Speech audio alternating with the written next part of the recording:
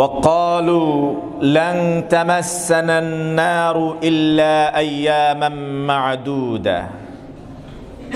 তদানীন্তনকালের ইহুদি খ্রিস্টানগণ বলতেন,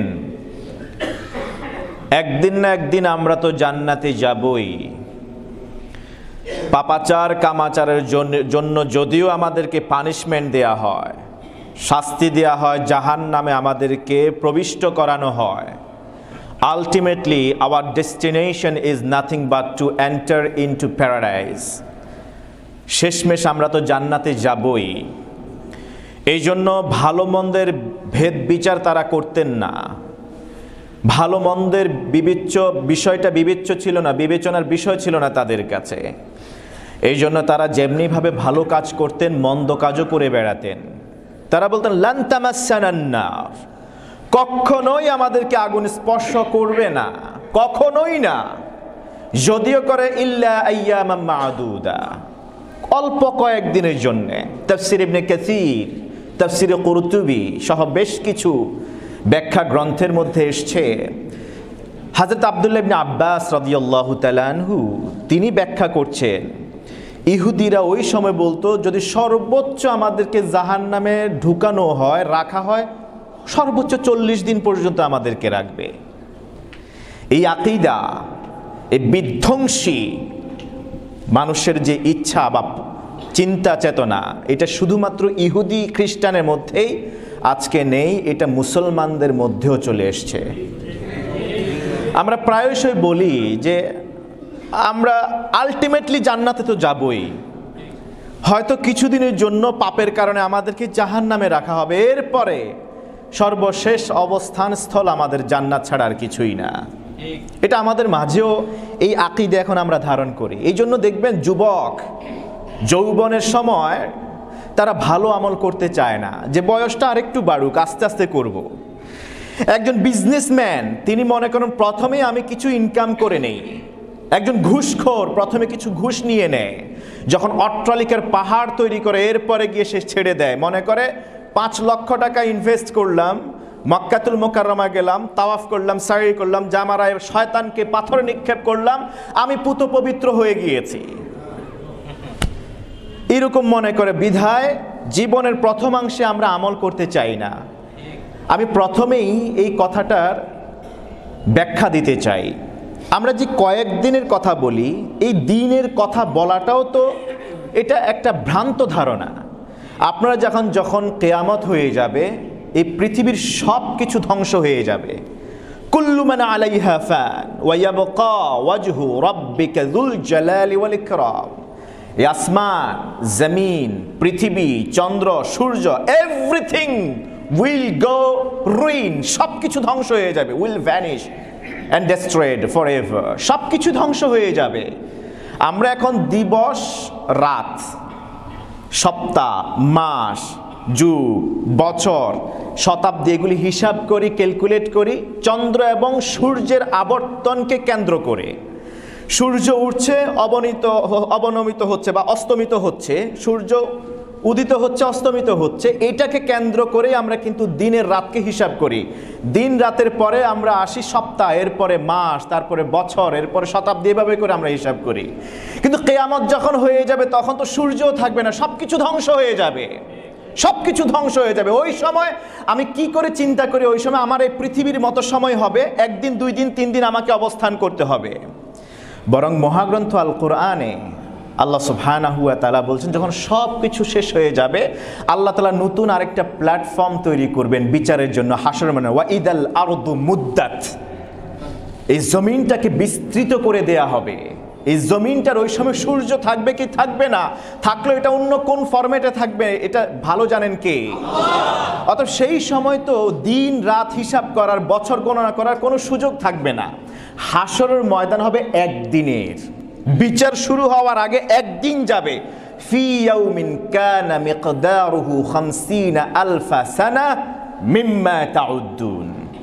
সেই দিন একদিন হবে আমাদের পৃথিবীর দিনকে যদি আমরা গণনা করি 50,000 বছরের সমতুল্য।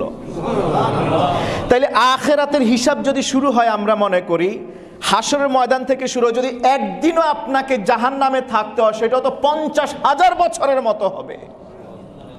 আপনি আমি কিভাবে সহ্য করব? আমরা কিভাবে এটা ধারণা করি যে হ্যাঁ কিছুদিনের জন্য হয়তো বা জাহান্নামে যাব, আলটিমেটলি তো জান্নাতে ফিরে আসবই। জাহান্নামের ভয়াবহতা তাহলে আমি মনে করব আপনি এখনো কতটুকু তা জানেন না। জাহান্নামের প্রকৃত ভয়াবহতা, তার টর্মেন্টেড পানিশমেন্টের কথা আপনার কর্ণকুহরে এখনো ঢুকে নাই, ঢুকলেও আপনি আপনার হৃদয় দিয়ে সেটা এখনো অনুভব করতে ব্যর্থ হয়েছেন। আপনি বুঝেন না জাহান্নামের শাস্তি কত বেশি। কালকে রাতে যখন জাহান্নাম নিয়ে কোরআন এবং সহিহ হাদিসগুলি নিয়ে পড়ছিলাম, বিশ্বাস করেন যেখানে যাই একটা বিষয় সব জায়গায় কমন আমি পেয়েছি, জাহান্নাম কেন্দ্রিক। হাসরের ময়দানে রব্বে কারীম জাহান্নামকে নিয়ে আসবেন, নিজে আনবেন না, ফেরেশতাদেরকে নিয়ে আসবেন।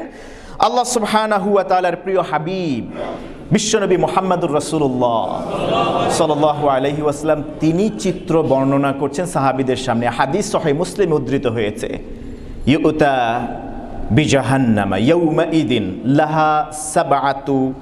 লাহা সাবউনা আলফা জিমাম। হাসরের ময়দানে আল্লাহ সুবহানাহু ওয়া তাআলা জাহান্নামকে নিয়ে আসবেন। জাহান্নামের গায়ে 70,000 সাবউনা আলফা জিমাম, 70,000 রশি থাকবে, লাগাম থাকবে জাহান্নামকে টেনে হিঁচড়ে নিয়ে আসার জন্যে। এখন এই লাগামগুলি কেন থাকবে, রশিগুলি কেন থাকবে? একটা গরু, ষাঁড়, মহিষকে কিংবা একটা ছাগলকে যদি আমরা রশি লাগাই, তার মানে হলো এটাকে টানার জন্য নিশ্চয়ই একজন থাকে। এই জাহান্নামটাকে টেনে হেঁচড়ে নিয়ে আসবে, নিয়ে আসার জন্য 70,000 লাগাম জুড়িয়ে দিবেন আল্লাহ সুবহানাহু ওয়া তাআলা। ফি কুল্লি মা কুল্লি জিমামিন সাবউনা আলফা মালাকিন। প্রত্যেকটা লাগামের সাথে প্রতিটা লাগামকে ধরে টানবেন 70,000 ফেরেশতা। আর এই ফেরেশতাগুলোর দেহ কি আমাদের মতো? জাহান্নামের আযাবের ফেরেশতাদের দেহ যে কত বিশাল, কত বিশাল! একজনের দেহের কথা বিশ্বনবী সাল্লাল্লাহু আলাইহি ওয়াসাল্লামকে আল্লাহ তাআলা বর্ণনা করার অনুমতি দিলেন। তিনি বললেন তাদের কানের লতি থেকে কাঁধ পর্যন্ত দূরত্ব 40 বছরের রাস্তা। কেউ যদি 40 বছর রাস্তা দ্রুতগামী কোনো ঘোড়াতে ভ্রমণ করে সাওয়ার করে এই রাস্তাটাকে অতিক্রম করতে চায়, তাহলে 40 বছর লেগে যাবে। ওয়া ইন্না দারাসা জিলদিহি মিসলা উহুদ, ওয়া ইন্না দারাসাহু মিসলা উহুদ। এক একজনের এক একটা দাঁত হবে উহুদ পাহাড়ের মতো। আল্লাহু আকবার। আপনি এই 70,000 ফেরেশতা এক একটা লাগামে থাকবে, লাগাম থাকবে 70,000। যদি আপনি এটাকে গুণ দেন, ইকুয়েশনে বের হয়ে আসবে 490 কোটি ফেরেশতা জাহান্নামকে টেনে নিয়ে আসবে। এখানে একটা জিনিস খেয়াল করবেন, 70 শব্দটা আল্লাহ তাআলা ব্যবহার করেছেন প্রিয় নবীজির মাধ্যমে। মহাগ্রন্থ আল কোরআনে সূরাতুল হাক্কা আল্লাহ তাআলা জাহান্নামের শাস্তির কথা তিনি বলছেন। সেখানে জাহান্নামকে যখন নিয়ে আসা হবে বলা হবে খুদু, হিসাব করার পরে বলবে যে এই পাপিষ্ঠকে পাকড়াও করো, ধরো। ফেরেশতা এসে হাতে ধরবে পাপিষ্ঠে, ফাগুল্লু, ধরার পরে তাকে গলায়তে বেড়ি পড়াও, সুম্মাল জাহিমা সাল্লু, এরপরে জাহান্নামে তাকে নিক্ষেপ করো। প্রথমে ফেরেশতা পাপিষ্ঠকে ধরবে নিজের হাতে, ধরার পরে গলাতে বেড়ি পড়াবে। একটু পরেই আল্লাহ বলবেন বেড়িটা কেমন হবে, কত লম্বা হবে। এরপর আল্লাহ তাআলা বলেন বেড়ি পড়ায় তাকে টেনে হেঁচড়ে সুম্মাল জাহিমা সাল্লু, জাহান্নামে নিক্ষেপ করো। আর নিক্ষেপ করবে আদর করে নয়, সজোরে নিক্ষেপ করবে। সুম্মা ফি সিলসিলাতিন যারউহা 70 যিরাআন ফাসলুকু। জাহান্নামের আগুন এবং ঠান্ডা এত কঠিন, সহ্য করতে পারবে না বিধায় জাহান্নামে এই পুরো দেহ নিয়ে, পুড়ে যাওয়ার দেহ নিয়ে এদিক সেদিক হন্য হয়ে ছুটতে থাকবে আযাব থেকে বাঁচার জন্যে। রব্বে কারীম ফেরেশতাদেরকে বলবেন সুম্মা ফি সিলসিলাতিন, তাকে আবদ্ধ করো, বেঁধে নাও। সুম্মা ফি সিলসিলাতিন যারউহা 70 যিরাআন ফাসলুকু, 70 হাত লম্বা একটা রশি দিয়ে, জাহান্নামের রশি দিয়ে, শিকল দিয়ে তাকে বেঁধে দাও জাহান্নামের ভিতরে, যাতে করে সে গেলেও সর্বোচ্চ 70 হাত দূরে যেতে পারে, আবার যেন সে শাস্তির ভিতরেই থাকে। এরপর কি হবে? সুম্মা সুব্বু ফাওকা রাসিহি মিন আযাবিল হামিম, সুম্মা সুব্বু ফাওকা রাসিহি, জাহান্নামের মাথার উপরে এবারে জাহান্নামের আগুনের স্ফুলিঙ্গ, জাহান্নামের আগুনকে ঢেলে দাও, ঢেলে দাও। তাফসিরে মুফাসসিরিনগণ বলছেন আগুনকে কিভাবে ঢেলে দেবে। আপনারা লাভা দেখেছেন, লাভা আগুন, সেখানে দেখবেন কিভাবে গড়িয়ে গড়িয়ে যে পানির মতো, সমুদ্রের মতো। এই লাভা জাহান্নামের আগুনকে সেখানে মাথার উপরে ঢেলে দেওয়া, মাথার দিক থেকে ঢেলে দেওয়া হবে। সুম্মা সুব্বু, ঢেলে দাও, ফাওকা রাসিহি, পাপিষ্ঠের মাথার উপর থেকে, মিন আযাবিল হামিম, গরম উত্তপ্ত জাহান্নামের আগুন ঢেলে দাও। আমরা আগুনকে নিয়ে যখন চিন্তা করি, মনে করি আমার ঘরে গ্যাসের যে আগুন আছে ওই আগুনের মতো এতটাই হয়তো বা প্রখর হবে, এতটাই মারাত্মক হবে। না না, নবীজি মুহাম্মদুর রাসূলুল্লাহ সাল্লাল্লাহু আলাইহি ওয়াসাল্লাম ইরশাদ করছেন, জাহান্নামের আগুনের চিত্র বর্ণনা করছেন। প্রথমে এই জাহান্নামের আগুনকে 1000 বছর পর্যন্ত জ্বালিয়ে প্রজ্বলিত করে রাখা হয়েছে। হাত্তা আহমাররাত, এটা একেবারে লাল হয়ে গেছে, লাল বর্ণ ধারণ করেছে। সুম্মা উকিদা আলাইহা আলফা সানা, এরপর আরো 1000 বছরে লাল আগুনটাকে জ্বালিয়ে রাখা হয়েছে, 1000 বছর। হাত্তা বিয়াদ্দাত, এই আগুনটা এরপরে ধবধবে সাদা আকার ধারণ করেছে। সুম্মা উকিদা আলাইহা আলফা সানা, এরপর আরো 1000 বছর পর্যন্ত জ্বালিয়ে রাখা হয়েছে। হাত্তা সুওয়াদ্দাত, এটা একেবারে নিকশের মতো কালো হয়ে গিয়েছে। এই জন্য জাহান্নামীরা জাহান্নামের চোখে ভালো কিছু, বেশি কিছু দেখবে না, কারণ জাহান্নামের ভিতরের অংশ থাকবে ঘোর অন্ধকার, কারণ তার আগুন কালো বর্ণের হবে। নবীজি সাল্লাল্লাহু আলাইহি ওয়াসাল্লাম ইরশাদ করেছেন, হাদিস সহিহ মুসলিমে উদ্ধৃত হয়েছে, নারুকুম হাদিহি, নবীজি আগুনের কুণ্ডুলির দিকে তাকিয়ে, আগুনের দিকে ইশারা করে সাহাবীদেরকে বলছেন, ও আমার সাহাবীরা, তোমরা কি জানো জাহান্নামের আগুনের ভয়াবহতা কতটুকু? নারুকুম হাদিহি, এই যে তোমরা আগুন দেখছো, আল্লাযী ইউকিদু বানু আদম, আদম সন্তানরা এই পৃথিবীতে রান্না বান্না করার জন্য যে আগুন প্রজ্বলিত করে জ্বালায় তাদের উনুনে, চুলার ভিতরে, জুজউন ওয়াহিদুন মিন 70 জুজআম মিন হাররি জাহান্নাম, জাহান্নামের যে আগুন আছে, আগুনের যে তেজস্ক্রিয়তা, তার 70 ভাগের 1 ভাগ মাত্র এই পৃথিবীর আগুনের প্রভাব। পৃথিবীর আগুন জাহান্নামের আগুনের তুলনায় 70 ভাগের 1 ভাগ ক্ষমতা তার। জাহান্নামের আগুন তার চেয়ে আরো 69 গুণ বেশি ক্ষমতাশীল, মানুষকে দাহ করতে জানে। আল্লাহু আকবার, আল্লাহু আকবার। জাহান্নামের আগুন, নবীজি সাহাবীদেরকে নিয়ে বসে আছেন, এই হাদিসে সহিহ মুসলিমে উদ্ধৃত হয়েছে।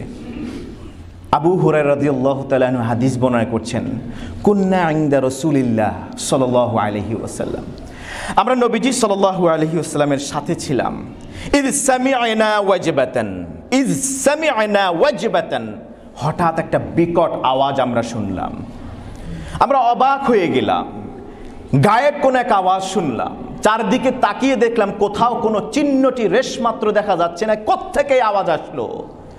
নবীজি আমাদের হতচকিত চেহারা দেখে তিনি আমাদেরকে বললেন, আতাদরুনা মা হাদিহি ইয়া আসহাবি, ও আমার সঙ্গী সাথীরা, তোমরা কি জানো এই যে আওয়াজ শুনলে, এই আওয়াজটা কিসের আওয়াজ?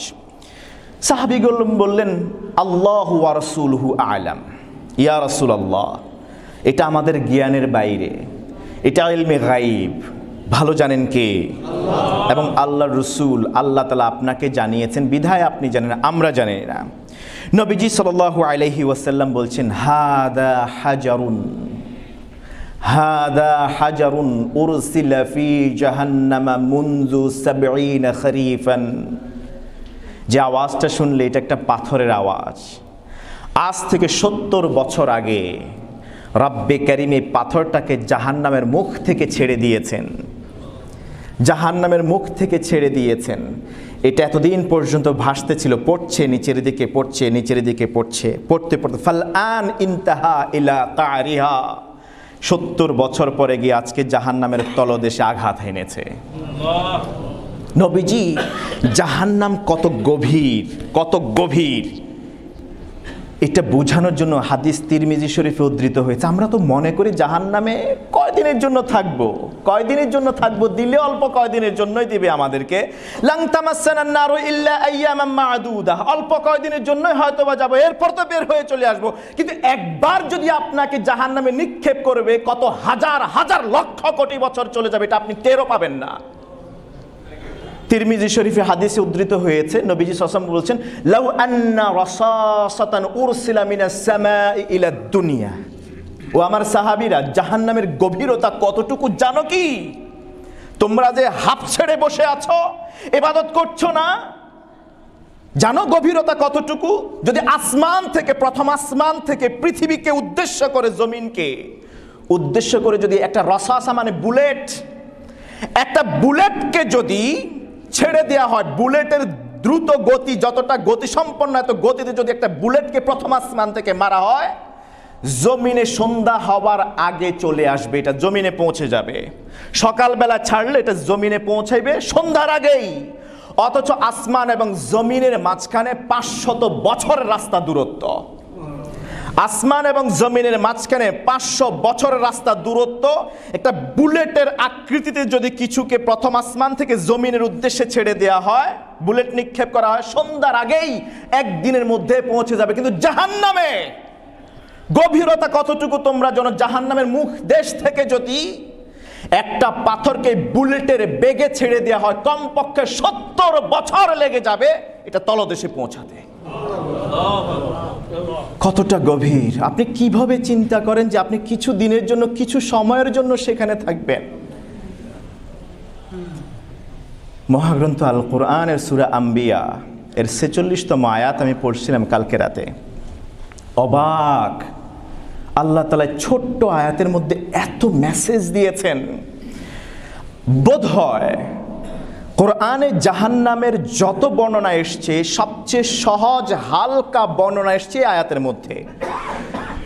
জাহান্নামে এখনো দাখিল করা হয় নাই জাহান্নামীদেরকে। এটা তো জাহান্নামের ভিতরের কথা বললাম এতক্ষণ, বাহিরের কথা শুনুন।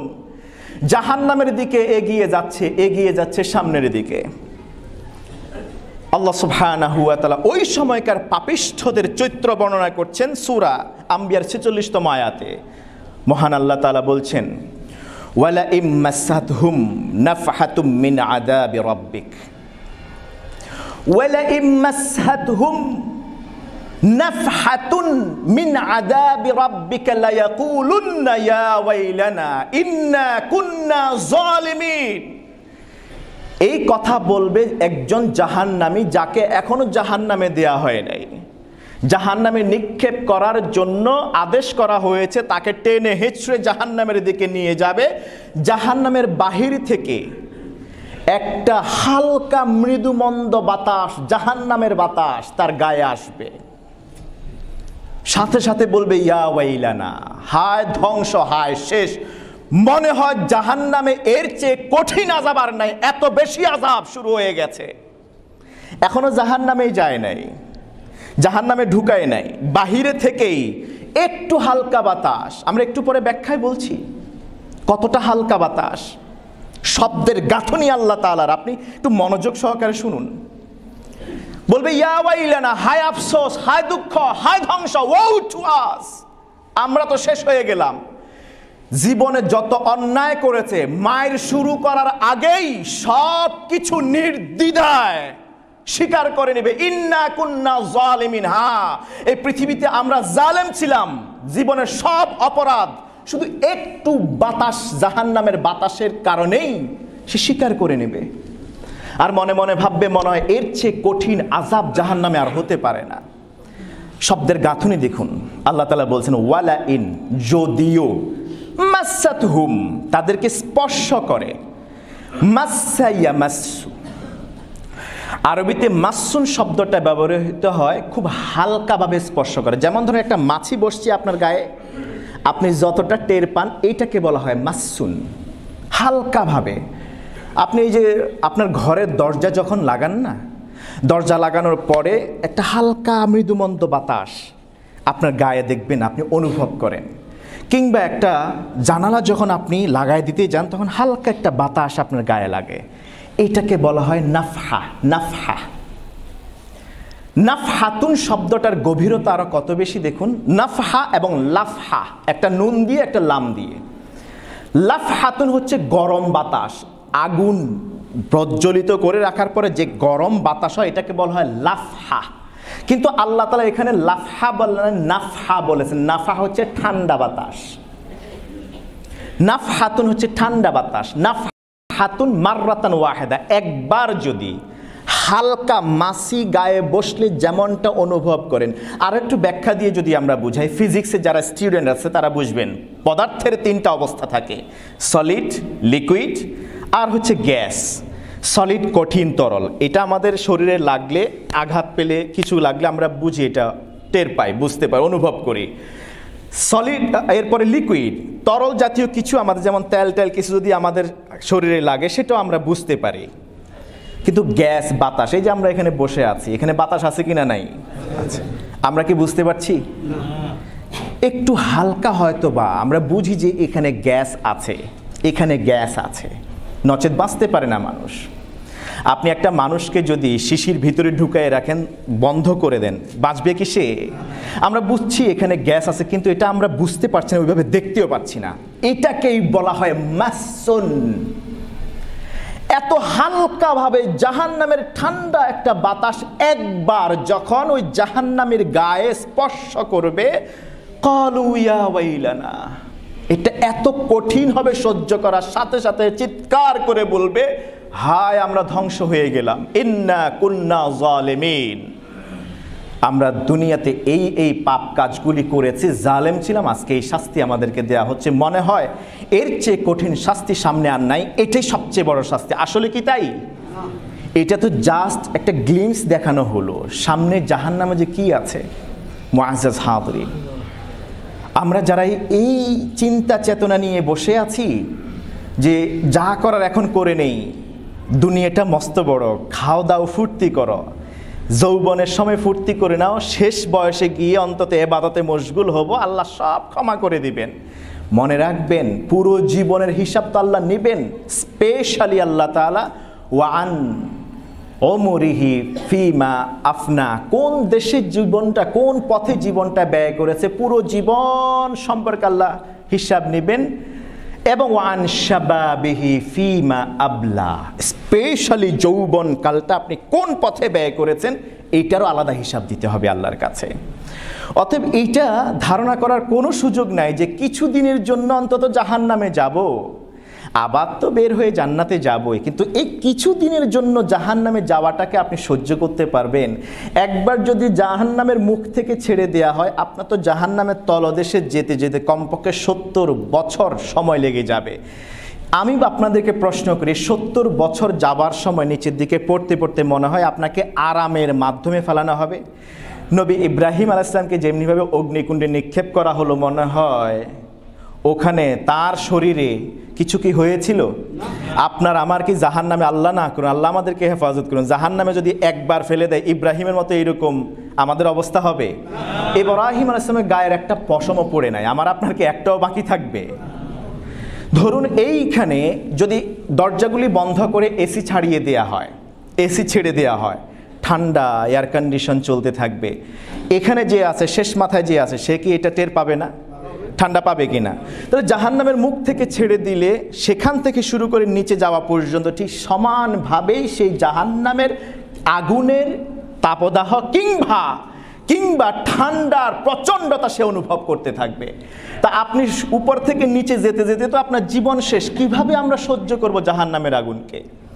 নবীজি মুহাম্মদুর রাসূলুল্লাহ সাল্লাল্লাহু আলাইহি ওয়াসাল্লাম যখন ওই যে পাথর পড়ার ঘটনাটা তিনি বলছিলেন, পাথর পড়ার ঘটনাটা যখন তিনি বলছিলেন, ইন দ্য মিন টাইম তিনি শুনতে পেলেন মুনাফিকদের একজন ইন্তেকাল করেছে। মুনাফিকদের একজন ওই সময় ইন্তেকাল করেছে। সাহাবীদের আর বুঝতে বাকি রইল না যে এই মুনাফিক দীর্ঘ 70 বছর পর্যন্ত সে হায়াত পেয়েছে। জীবন শুরু থেকে সে নেফাকি চরিত্রের মাধ্যমে সে বড় হয়েছে, যাবতীয় কাজ করেছে। ওই যে জাহান্নামের মুখ থেকে ছেড়ে দেওয়ার সময় নিচে গিয়ে পড়তে পড়তে 70 বছর সময় লেগেছে। এই 70 বছর ইয়াহবি ফিল জাহান্নাম, জাহান্নামে সে পড়ছে।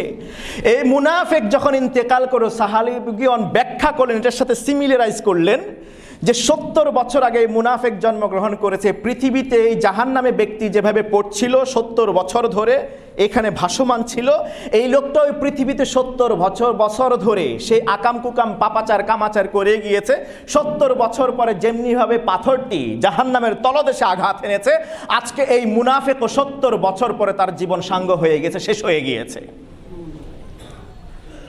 বিশ্বনবী মুহাম্মদুর রাসূলুল্লাহ সাল্লাল্লাহু আলাইহি ওয়াসাল্লাম এই হাদিস বলার পর, ঘটনা বলার পর ইন্তেকালের আগে আবু হুরায়রা রাদিয়াল্লাহু তাআলা আনহু তিনি বলছেন, আমি আর কোনোদিন বিশ্বনবী সাল্লাল্লাহু আলাইহি ওয়াসাল্লামকে মুখ ভরে হাসতে আমি আর দেখি নাই। যেই নবীর জীবনে কোনো গুনাহ নাই, কাদ গাফারাল্লাহু লাহু মা তাকাদ্দামা মিন যামবিহি ওয়া মা তাআখার, যার পূর্বের সব পরের সব গুনাহ ক্ষমা করার অ্যাডভান্স ডিক্লারেশন করেছেন কে? সেই নবীজি সাল্লাল্লাহু আলাইহি ওয়াসাল্লাম এই হাদিসটা শোনার পরে, এই ঘটনা বর্ণনা করার পরে ইন্তেকালের আগ পর্যন্ত তিনি পুরো মুখ ভরে কখনো তিনি হাসেন নাই, জাহান্নামের আগুনের ভয়ে। আল্লাহু আকবার। তার চেয়ে আরো হৃদয় বিদারক ঘটনা হলো, একটা হাদিস যখন পড়ছিলাম, এই হাদিসটি ইবনু আবিদ দুনিয়াতে উদ্ধৃত হয়েছে। হাফেজ আবু নুআইম রাহিমাহুল্লাহ হিলিয়াতুল আউলিয়া তাবাকাতুল আসফিয়াতে নকল করেছেন। ইবনু হাজার আল আসকালানী রাহিমাহুল্লাহ আল বিদায়া ওয়ান নেহায়া নামক গ্রন্থে এই হাদিসটা নকল করেছেন। বেশ কিছু হাদিসের গ্রন্থে এই হাদিসটা এসছে। জাহান্নামীদেরকে জাহান্নামে শাস্তি দেওয়া হবে, প্রায় সবার শাস্তির ধরনটা একই রকম হবে। যেমন আগুনের শাস্তি সবারই সেম হবে, যেমন ঠান্ডার শাস্তি সবারই প্রায় সেম হবে।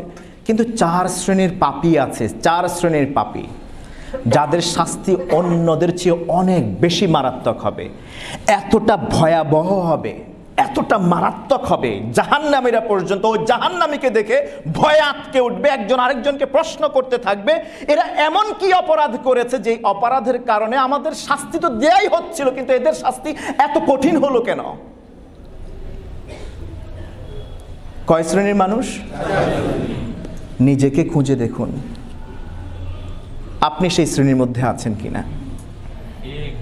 সময় শেষ হয়ে যায় নাই, শুধু একবার অন্তর থেকে আল্লাহর কাছে পানাহা চাইবেন, জাহান্নাম থেকে পানাহা চাইবেন আল্লাহর কাছে। ক্ষমা করবেন কে? আমার আল্লাহ বলছেন, তুমি যদি আসমান জমিন এবং সমুদ্রের ফেনা সমতুল্য গুনাহ নিয়েও বান্দা আমার দরবারে আসো, একবার শুধু আমাকে ডাকো, অন্তরের গহীন থেকে একবার শুধু আমাকে ডাকো, অনুতপ্ত হও, অনুশোচনা করো, তাহলে আমি রহমান সাথে সাথে তোমার সব গুনাহ ক্ষমা করে দেব। এই হাদিস বলার পিছনে উদ্দেশ্য শুধু সচেতনতা তৈরি করা। আপনি নিজেকে পরীক্ষা করবেন, আপনি কোন দিকে যাচ্ছেন, আপনার গন্তব্য কোথায়। আজকে এই মুহূর্তে যদি মালাকুল মউত আপনার কাছে আসে, আপনি কোথায় যাবেন, আপনার স্থান কোথায় হবে, আপনার সাথে আমার রব কেমন আচরণ করবে। নবীজি সাল্লাল্লাহু আলাইহি ওয়াসাল্লাম বলেন, শুনে রাখো আমার সাহাবীরা, 4 শ্রেণীর জাহান্নামী আছে যাদেরকে জাহান্নামের আযাব অন্যদের তুলনায় অনেক বেশি বাড়িয়ে দেবে এবং তাদের আযাব দিন দিন বাড়তেই থাকবে, সেটা কোনোদিন কমবে না।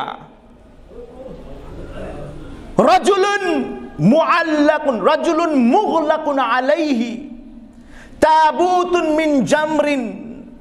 এক শ্রেণীর জাহান্নামীকে দেখা যাবে জাহান্নামে, অন্যরা তাকিয়ে দেখবে, তার মাথার উপর থেকে বিশাল এক সিন্দুক, তাবুত মানে সিন্দুক, সিন্দুকের ভিতরে দেখা যাবে জামরুন,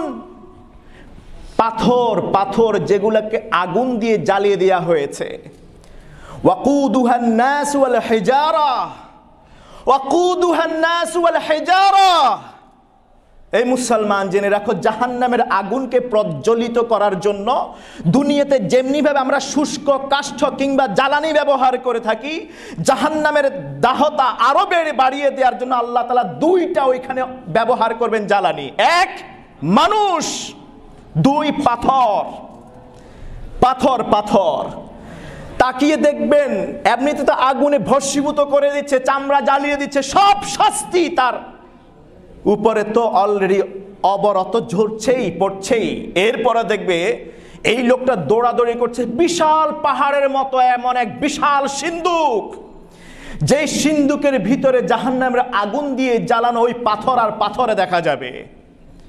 দ্বিতীয় ওয়ারাজুলুন ইয়াজুররু আমআআহু, আরেকজন লোককে দেখা যাবে তার বিশাল নাড়ি ভুঁড়ি, বিশাল পেট, কাত্তান্নুর। নবীজি সাল্লাল্লাহু আলাইহি ওয়াসাল্লাম বলেছেন এটা তন্দুরি চুলার মতো, তন্দুরি চুলা, বিশাল পেট। এই পেটের ভিতরে কত কিছু, এগুলো নিয়ে সে শুধু দৌড়াদৌড়ি করছে জাহান্নাম থেকে, আগুন থেকে, শাস্তি থেকে বাঁচার জন্য।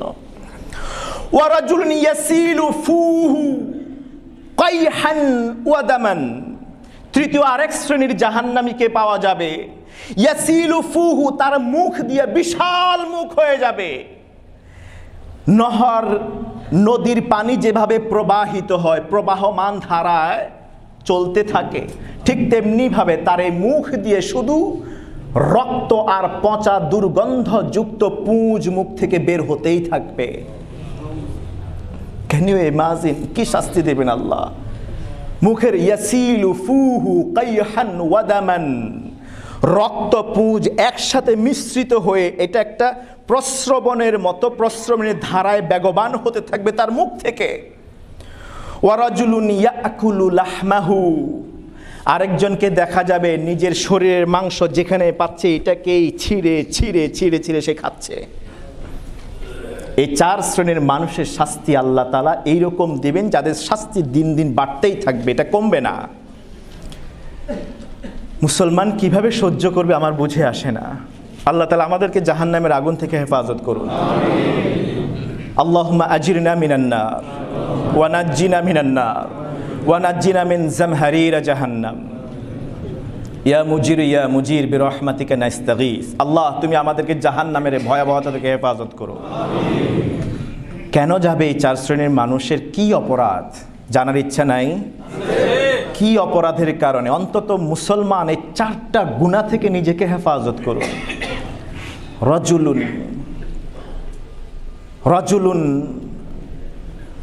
ফাওকা রাসিহি তাবুতুন মিন জামরিন, যেই জাহান্নামের মাথার উপরে বিশাল সিন্দুক থাকবে, ভিতরে পাথরের তৈরি অঙ্গার থাকবে। কেন থাকবে? আলাইহি আমওয়ালুন নাস, আলাইহি আমওয়ালুন নাস, দুনিয়াতে মানুষের সম্পদগুলি শুধু লুটে পুটে খেয়েছে আর কিচ্ছু না। আলাইহি আমওয়ালুন নাস, সম্পদ, যারা অন্যায়ভাবে মানুষের সম্পদ ভক্ষণ করে তাদেরকে আল্লাহ তাআলা এই শাস্তি দিবেন জাহান্নামে। আমাদের দেশে মনে হয় এইরকম লোক নাই, পাওয়া যায় না। আছে কি?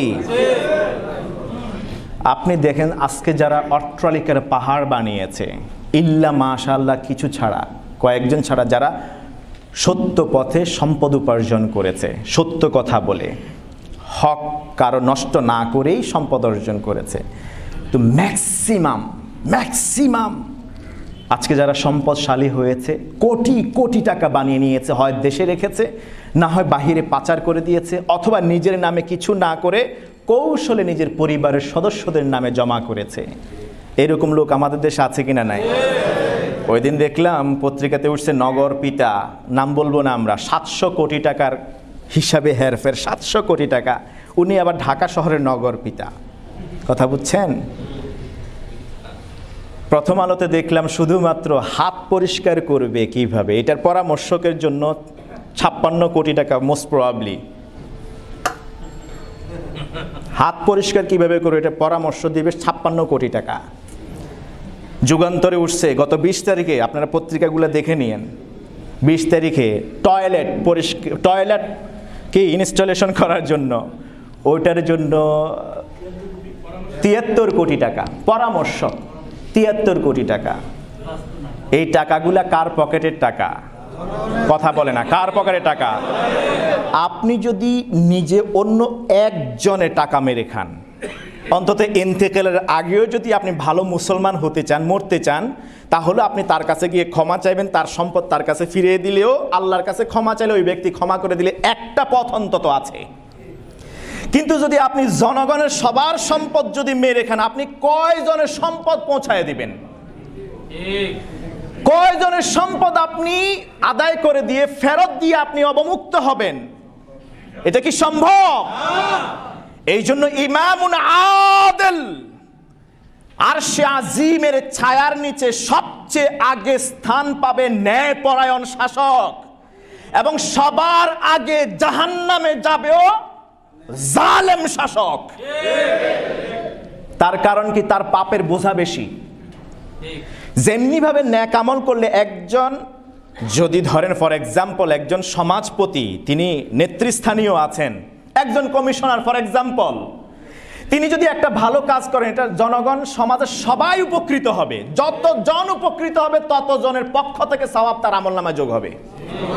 ঠিক তেমনি ভাবে আপনি যদি রডের বদলে বাঁশ দেন, কালবাটে টাকা চুরি করেন, আপনি যদি বিদ্যুতের টাকা চুরি করে নেন, হেরফের করেন, জনগণের সম্পদ মেরে খান, টাকা পয়সা মেরে দেন, লুটপাট করেন, তাহলে সবার যে ক্ষতি হচ্ছে, ক্ষতির ভাগ তো আপনাকেও নিতে হবে।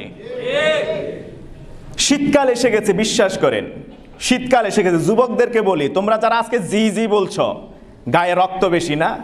অনেকেই আছে শীতকালে জনগণের বৈদ্যুতিক লাইন ব্যবহার করে এরপরে ব্যাডমিন্টন খেলে রাস্তায়। আছে কিনা? নাই। এই কেন? এই সম্পদ কার? জনগণের সম্পদ। এই সরকারি সম্পদ তুমি ব্যবহার করছো কোন যোগ্যতায়, কোন অধিকার বলে? কে পারমিশন দিয়েছে তোমাকে ইউজ করার জন্য? ইভেন রাস্তার মাঝখানে সেই নেট লাগিয়ে দিয়েছে, ওই দিক দিয়ে কোনো পথচারী পারাপার হতেও বলে যে এদিকে যাওয়া যাবে না, ওই দিক দিয়ে যান। যুবক, তুমি কি জানো না রাস্তার হক কি, অধিকার কয়টা? তুমি কি জানো না রাস্তায় বসা পর্যন্ত নিষেধ? যদি বসতেই হয় প্রয়োজন সাপেক্ষে, তাহলে তোমার রাস্তার হক আদায় করে তোমাকে বসতে হবে। কেউ যদি রাস্তা না চেনে, তাকে রাস্তা দেখায় দিতে হবে। যদি রাস্তায় কোনো ময়লা, কোনো কিছু কষ্টদায়ক কিছু পড়ে থাকে, সেটা তোমাকে অপসারণ করতে হবে। ইমাতাতুল আদা আনিত তারিক, এটা ঈমানের অন্যতম একটা শাখা। রাস্তা থেকে তুমি কষ্টদায়ক জিনিস সেরে ফেলবে। আর তুমি করছো কি? রাস্তায় বৈদ্যুতিক লাইন, জনগণের লাইন ব্যবহার করে, নেট ইউজ করে সেখানে পথচারী পারাপারের রাস্তাকে তুমি বন্ধ করে দিচ্ছ। তুমি মুসলমান হলে কি করে? আল্লাহ আমাদেরকে বুঝার তৌফিক দান করুন। যুবকরা কি কষ্ট পাচ্ছে? মনে রাখবি যুবক, মনে রাখবে, তুমি আজকে যৌবনের তাড়নায় আনন্দে পড়ে হয়তোবা তুমি জনগণের বিদ্যুৎ ব্যবহার করে খেলছ, এটাই একসময় তোমার কাল হয়ে দাঁড়াবে। জনগণের সবার এই ক্ষতি তুমি কোনো দিনও পূরণ করতে পারবে না, কারণ রেগুলারলি জনগণ ইন্তেকাল করছে, এই পৃথিবী থেকে চলে যাচ্ছে, যার পকেট থেকেই ট্যাক্স দিয়ে এইভাবে দেশের এই কাজগুলি চলছে। তুমি পরবর্তী সে মারা গেলে চাইলেও তো তুমি তার কাছে তার সম্পদ পৌঁছে দিতে পারবে না। সাবধান হয়ে যাও যুবক। আল্লাহ আমাদেরকে হেফাজত করুন। যারা জনগণের সম্পদ লুটে পুটে খায়, তাদের আযাব দিন দিন জাহান্নামে বাড়তে থাকবে। আল্লাহ আমাদেরকে হেফাজত করুন। আল্লাহ আমাদেরকে হেফাজত করুন। মুআজ্জাজ হাদিরিন, ওয়া রাজুলুন আল্লাযী ইয়াজুররু আমআ, দ্বিতীয় আরেক শ্রেণীর মানুষ, যার নাড়ি ভুঁড়ি বিশাল ভুঁড়ি নিয়ে সে চলতে থাকবে। বিশাল ভুঁড়ি নিয়ে, গোপাল ভাঁড় ছোটবেলায় আমরা দেখতাম, বিশাল পেট, সে ঘরে ঢোকার আগে তার পেট ঢুকে, শরীর থাকে বাইরে।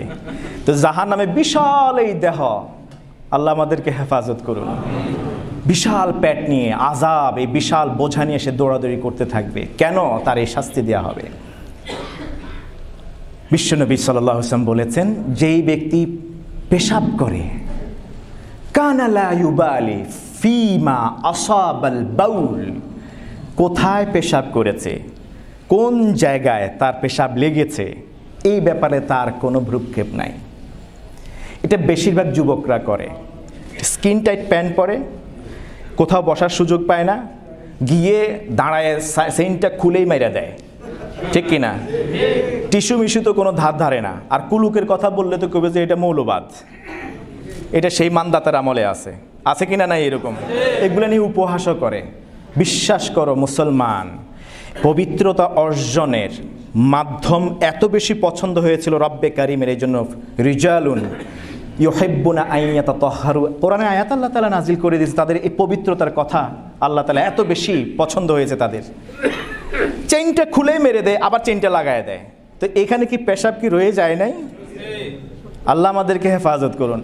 এই জন্য ইসলামে টাইট ফিট শক্ত কোনো প্যান্ট পরা এটা হারাম। মুসলমান যুবকেরা, আমরা হুজুরেরা তোমাদের টাইট প্যান্ট পরার নিষেধ করি, প্যান্ট পরতে নিষেধ করি না। তোমরা প্যান্ট পরা, সেটা যেন লুজ হয়। উঠা নামা করতে, বসতে অথবা তোমার প্রাকৃতিক ডাকে সাড়া দিতে যেন সহজ হয়, এইসব প্যান্ট পরো। কিন্তু টাইট প্যান্টের বিরোধী আমরা, কারণ টাইট প্যান্ট পরলে এটা শরীয়তের আইন লঙ্ঘন হয়, তোমার প্রাইভেট পার্টসগুলি বোঝা যায়, এটা ইসলামে বৈধ না। দ্বিতীয়ত এই যে দেখো, যদি পেশাব করা হয় এরকম টাইট প্যান্ট দিয়ে, তাহলে এটা বসার সুযোগ নাই, দাঁড়ায় তোমাকে করতে হবে। প্রথমে এখানে আইন লঙ্ঘন করা হয়েছে, দাঁড়িয়ে পেশাব করা যাবে প্রথমে আইন লঙ্ঘন। এরপরে তোমার হাতে টিস্যু থাকে না, কিছু থাকে না, বসতে রাস্তার নর্দমায় আশেপাশে দাঁড়িয়ে তুমি করে দিলে, পেশাবের বাকি ফোঁটাগুলো তো তোমার জামার মধ্যে, কাপড়ের মধ্যে পড়ছে। আর এই অপবিত্রতা থেকে না বাঁচার জন্যেই হাসরের ময়দানের পরে যখন জাহান্নামে নিক্ষেপ করা হবে, জাহান্নামেদের এদের পেটগুলাই বিশাল আকার ধারণ করবে এবং এই পেট নিয়ে জাহান্নাম থেকে বাঁচার জন্য দৌড়াদৌড়ি করবে। আল্লাহ আমাদেরকে হেফাজত করুন। থার্ড যেই ব্যক্তির কথা হাদিসে এসছে, জাহান্নামীরা একজন আরেকজনের দিকে তাকাবেন, বলবেন যে আমাদের শাস্তি দেয়া হচ্ছে, সবার একই শাস্তি, কিন্তু এটার এত বড় কঠিন শাস্তি কেন দেয়া হচ্ছে? আরেকজনের জবাব দেবে, ইন্নাল আবআদা কানা ইয়ানজুরু ইলা কালিমাতিন খাবিসাতিন ইয়াস্তালিজ্জু বিহা কামা ইয়াস্তালিজ্জুর রাফাস। এই লোকটার এই বিশাল শাস্তি দেওয়া হচ্ছে কি জন্যে?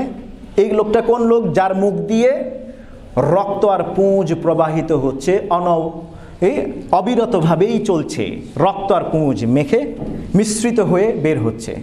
এই লোকটার শাস্তি কেন হবে? কানা ইয়ানজুরু ইলা কালিমাতিন খাবিসা, খারাপ কোনো কথা পেলে খুব মজা পাইতো, খারাপ কোনো কথা, খারাপ কোনো বাক্য কিছু পেলেই সেটা মজা করে উচ্চারণ করতে বলতো।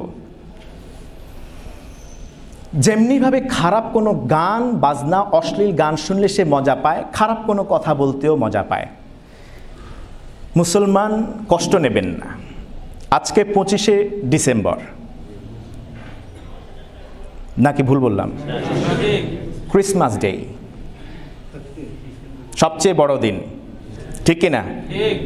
এই দিনটাই খ্রিস্টানদের আনন্দ উৎসবের দিন, ক্রিসমাস ডে। এই দিনে দুটা ভ্রান্ত কথা চালু আছে। এক, জেসাস ক্রাইস্ট এই দিনে জন্মগ্রহণ করেছেন, কেমন? দুই হলো, এই দিনে জিসাস ক্রাইস্ট নিজেই নাকি তার জন্মদিন উদযাপন করেছেন। অথচ